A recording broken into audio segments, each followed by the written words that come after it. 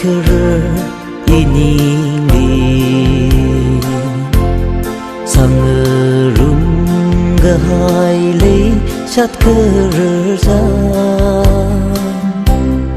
pening de iwi ning maketum jimi ke tung tha de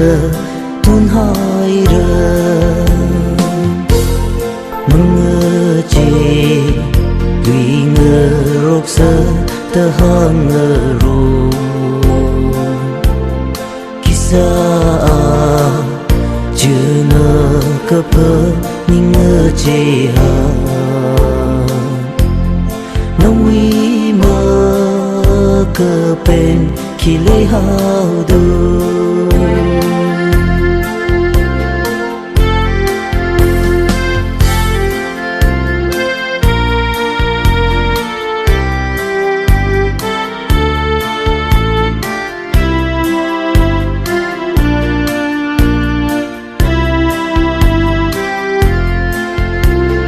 Mimita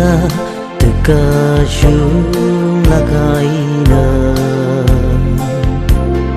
kepening masami kerwiba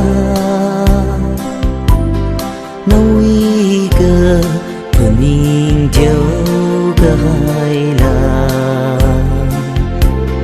kepening jauh haida chót ngơ sơ mengeje dui ngerok sơ te hang ngero kisah jena kepe ning ngeje ha nawi ma kepen kile hau du